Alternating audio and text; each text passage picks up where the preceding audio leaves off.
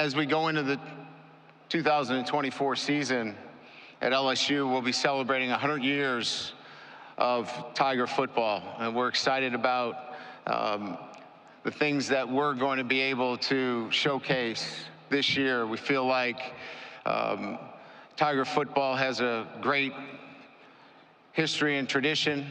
Our stadium has been refurbished to take advantage of the pageantry of Tiger Stadium, and I think it's going to be an exciting football venue for everyone. It's been a challenging season. A lot has gone on, as we know, with NIL and transfers, and the college football playoffs is certainly upon us now, and we're excited about that change that I think brings a new form of excitement, and in particular to our new conference. I want to welcome Texas and Oklahoma into the SEC, making this, in my opinion, the premier college football conference in the country. Deep and competitive, and certainly now an incredible challenge from top to bottom. And so when we talk about playoffs, you're certainly going to be seasoned playing in this conference week in and week out. I brought 3 of our players here today that I'm very proud of, and you'll get an opportunity to spend some time with today.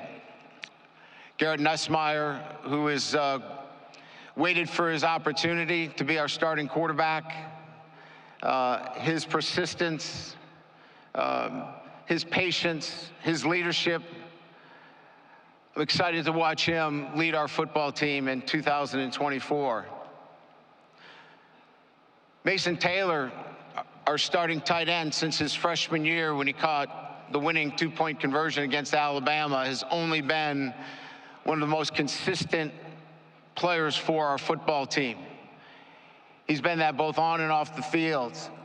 You know, it's hard sometimes when you're surrounded with 3 first-round draft picks to kind of get the notoriety and publicity, and I thought it was only fitting to bring him here today and get his due recognition for the kind of football player he's been for us over the past 2 years, and the expectations of him really being the kind of two-way player, both as a blocker and a pass receiver. And then Harold Perkins, who has been a mainstay for us as a playmaker on defense, going into his 3rd year. I'm excited to watch what he's able to bring, both at the inside linebacker position. I know Blake Baker's going to be able to move him around. But really why I brought him is I want you to see the man outside the jersey. He's one of our top student athletes. He's got an incredible personality. I think you're going to love getting a chance to meet Harold Perkins, the man, instead of just talking about Harold Perkins, the football player. So those are the players that you'll get a chance to meet today. The 2024 football team at LSU is one that, as we go into year 3, has been built on accountability and trust. But it's been built knowing that we have to be able to play much more balanced football. We had, obviously, a record-setting offense last year, but we didn't play to the standard that we needed to play at times defensively. And certainly that will be the goal this year, was to play the kind of offense and defense and special teams that complements each other. So the challenge this year for us going into the offseason was to make the kind of strides to bring our defense up to the standard necessary to play for a championship. And we feel like we've done that. Obviously, we've got a little bit more work to do with our preseason, and our opener will certainly test us when we open up against USC in Las Vegas, a game that we're certainly excited about. So all of those things in 2024 have been exciting opportunities for our growth at LSU, and can't wait to get started. Thank you, Coach. If you do have a question, raise your hand. Please give your name and affiliation. Grant, Dylan, and Dinah have the microphones, and so we'll go ahead and get started right here. Coach, right in the center section. Right here, right in front of us. Real sweet Sooners on SI. Obviously, you guys lose Brian Thomas Jr. and Malik Neighbors to the draft. How do you plan on replacing that production? Well, I don't think you look towards one player. I think, you know, when we look at our football team in its totality, there'll be a number of players that we'll count on. I think we start with Kyron Lacey. You know, he will be certainly a player that we lean on. But I think at the wide receiver position, you know, there's probably 6 to 8 players that will get the opportunity to contribute and make an impact. I think that's what I like about our receiving core more than anything else is the depth. I think we've got speed on the perimeter. Chris Hilton showed that in our bowl game against Wisconsin, his ability to track the ball down the field. I think we've got the ability to play inside out at the slot receiver position. I think we've got great depth there. We brought in C.J. Daniels. I think will help us. Zion will help us transfer from Mississippi State. I think we brought in the right mix of players to give us the depth necessary inside and out to make up for that lost production. Coach, we'll go to the section in front of me, over to your left, about 3/4 of the way back. Joe Cook with Inside Texas. You had immediate success in the SEC during your first season. What do you think was one of the biggest keys into parlaying your success at Notre Dame into immediate conference title contention in year one? Well, clearly, being the #1 offense in the country was not good enough. I think you have to have much more balance. So the balance that we need is offensively and defensively, we've got to be able to complement each other. And we didn't do that last year. So what we're going to need is that complement on defense. We're going to have to play better defense this year. And I think we've made the necessary strides in the offseason to continue on that growth. So, again, complementary football, offense and defense, and I know that sounds like coach speak, but the numbers prove it out. You can't have the #1 offense in the country and not play the kind of defense necessary to get you to the next level. So, playing better defense, quite frankly. Coach, we're going to go over to our right in the right section. We're on the far side, to the right. Hey, Coach. Over here. Hey, Coach. What do you, Alex Dunlap, Orange Buds. What was the sales pitch to Bo Davis, and what does he bring as an on-field coach and as a recruiter? You know, the sales pitch was certainly his opportunity, you know, to rebuild the pride and tradition of LSU's defensive line. There is a great and rich tradition of LSU football, and I think that had something to do with it. He wanted to be the architect of bringing that back. His ability to motivate, his ability to teach technique. He's demanding, never demeaning. He has an incredible experience with success. He's won national championships within the SEC. So players immediately identify with his success because it's real. And that carries on to the recruiting trail. You know, somebody that has done it, been there. And I think we're seeing that come to fruition, you know, early on in his tenure here at LSU. Coach, we'll go right in front of us, right in the front row. Ron, just to your left. Yeah, Brian, Ron Higgins, Shreveport Poacher Journal. You've had some big hits in the transfer portal, like Jaden. You've had some misses. This is your third recruiting class. What have you learned about the transfer portal since your first year when you had to take a bunch of guys the first year to fill roster spots? What have you changed as far as philosophy? What have you learned? Well, you know, I think the transfer portal is what I always thought it would be, in that it can't be strictly need-based. If you're in the transfer portal for need-based, in other words, you're filling needs, you haven't done something right in the natural recruiting season. And last year it was need-based, and that's never a good situation when it comes to the development of your football program.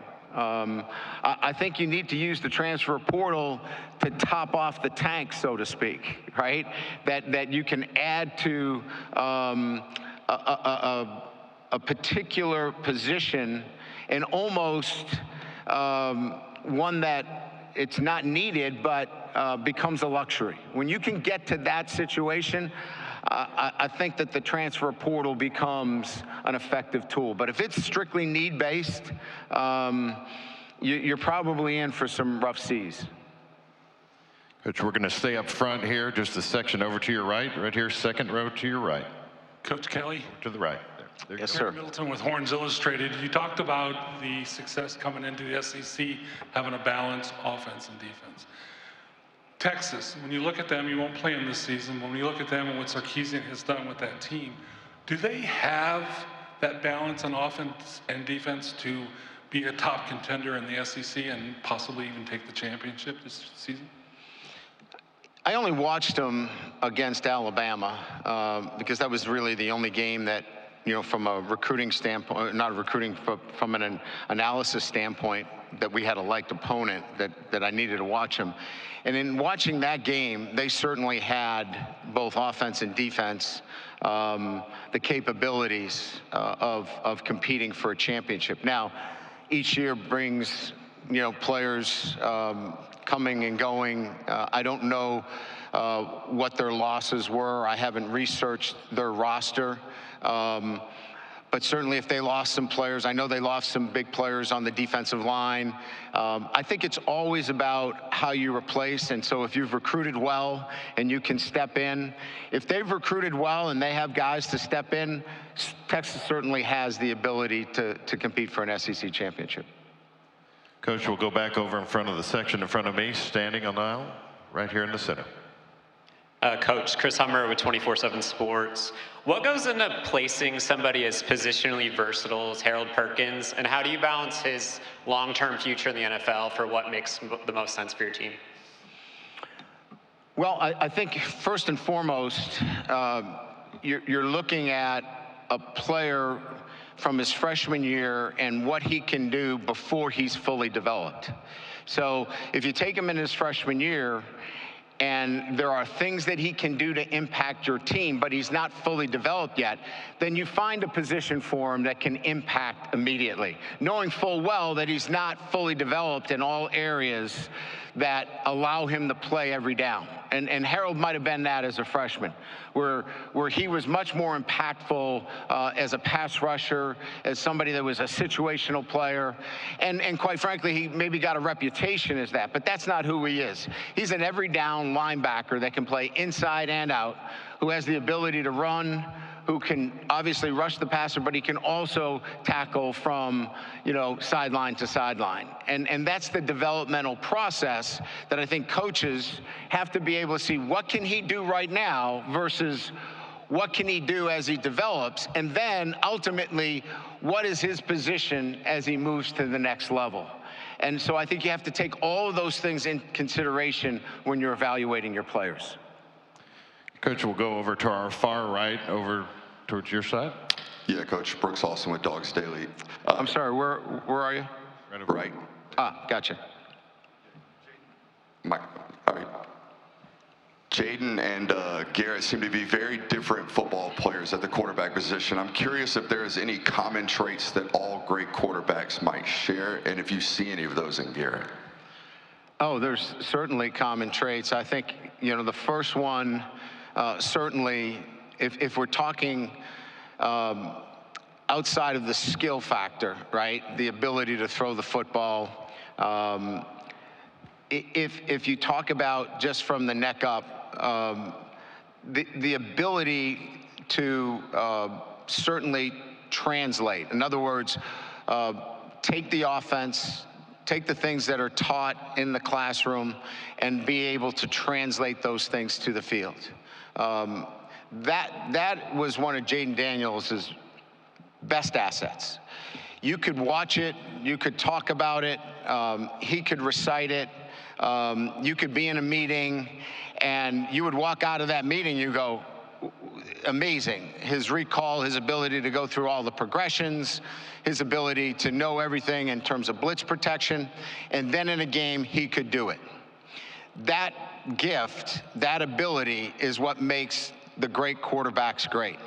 And Garrett's been able to do that as well. Now he's got to go do it in the games like Jaden did, but that's the first thing we look for, is the ability to take it from the meetings, take it from the film study, take it from the walkthroughs, take it from the practice, and apply it to the games, real time. And I believe Garrett will be able to do that as well. Coach, will go straight down that center aisle on the near, just right here on the end. Coach, Emily Grace McWhorter from the next round. What has the defense progression been from spring football until now under Blake Baker? Well, look, I mean, scheme aside, you know, I think everybody has, you know, their flavor of what the scheme, you know, looks like. And Blake certainly has an established comfort level in a particular scheme. But it's relationships. It's getting players excited about stepping on the field. It's about players truly wanting to be part of those 11 guys, running, hitting, being part of that unit. And Blake's ability to orchestrate that, to bring that together, is what's been the piece that is really evident. Okay, we're going to go over to the section on the right, on the aisle, over to your right, Coach. There's Ralph. Hey, Brian, good morning. Ralph Russo from the Associated Press. I know at LSU, expectations were always very high. You come in the first year after taking a team with 39 scholarship players, and I think it's fair to say you maybe exceeded some expectations. Builds up big expectations for last year, and there was a perception that you didn't quite hit those expectations. In the real world, in year 3, you know, how do you view the progression to get to now? Do you feel like the expectations were too high last year? And again, how does the build look in year 3, knowing where you came from? The easiest way for me to answer the question is that I don't deal in expectations. I deal within a process of how we do things on a day-to-day basis, and I know that's not the answer you want, Ralph. I mean, so we don't deal on a day-to-day basis with those expectations as much as, are we doing the things necessary that allows us to stick with our process? Because we're not about the results as much as, are we making progress towards our ultimate goals? And our mission is certainly to win championships. And I get how we get to that conclusion. We didn't win a championship. We're in year 3. This is the most accountable this group has been. There's trust within the group. This will be the deepest team that we've had. So I don't know what that's going to be relative to the expectations. All I can do is continue to work towards what our process is, and then whatever those outcomes are going to be evaluated externally, and I don't control those. I control what our process is and how we go to work every day. And I can tell you, in year 3, I've had really good success with getting our football team to be the most accountable, the most trusting team that I've had here at LSU, and that's usually been pretty good at my other stops. Coach will go right in front of me, my podium here, Eric, right here on the aisle. Good morning, Coach. Eric Bailey with the Tulsa World. Just want to get your thoughts on Oklahoma's addition to the SEC and Brent Venables' job in his first year building that program. I think what I was really impressed with Coach Venables' job was just the bounce back and the ability to overcome some adversity.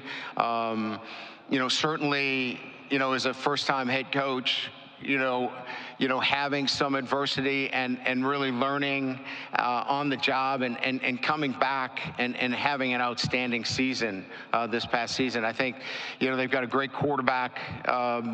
I just think they're another outstanding football team with a great history and tradition. I got the privilege of playing them, a few times when I was at Notre Dame, and it's a great atmosphere. I played them when I was at Cincinnati. So, I think it's just a great tradition, great program, and I think Coach has done a great job of really, I think, on the job, really adjusting to being the head guy, and I think he's done a terrific job. We have time for a few more. We'll go back over to your side, Coach, over to the right, over to your right-hand side.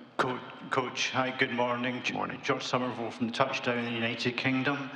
You coached in Ireland with Notre Dame in 2012 and planned to go back in 2020.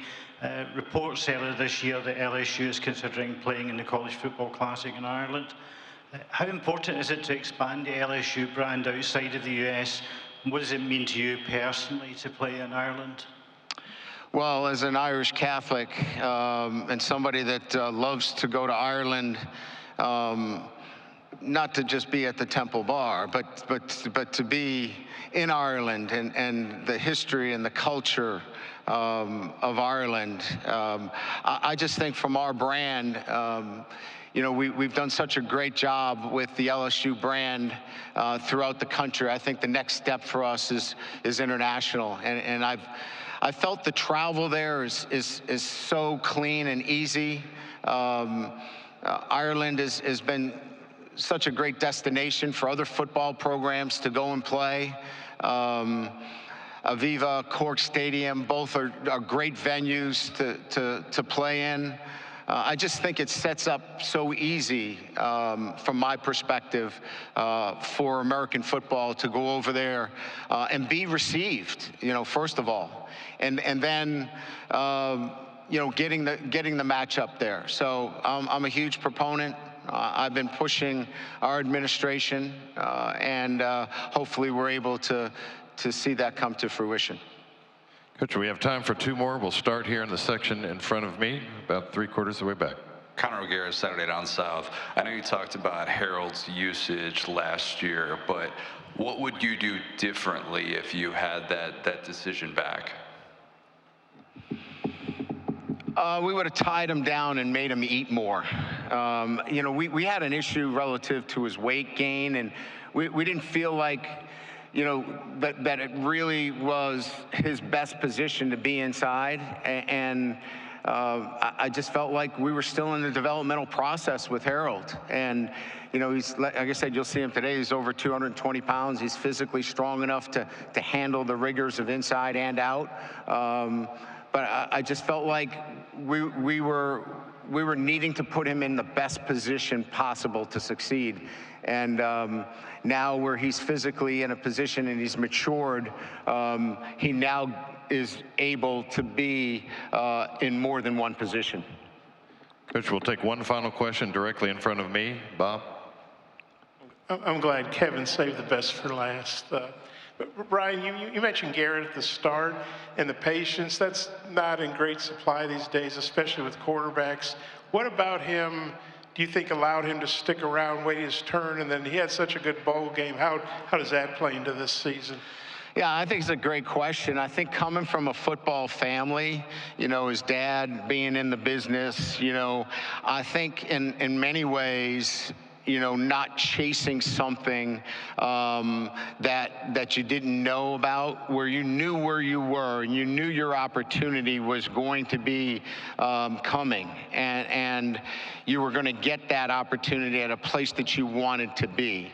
And I think, being brought up in a football family and seeing the adverse effects if you're chasing something that you don't know, I think helped him in his decision-making process.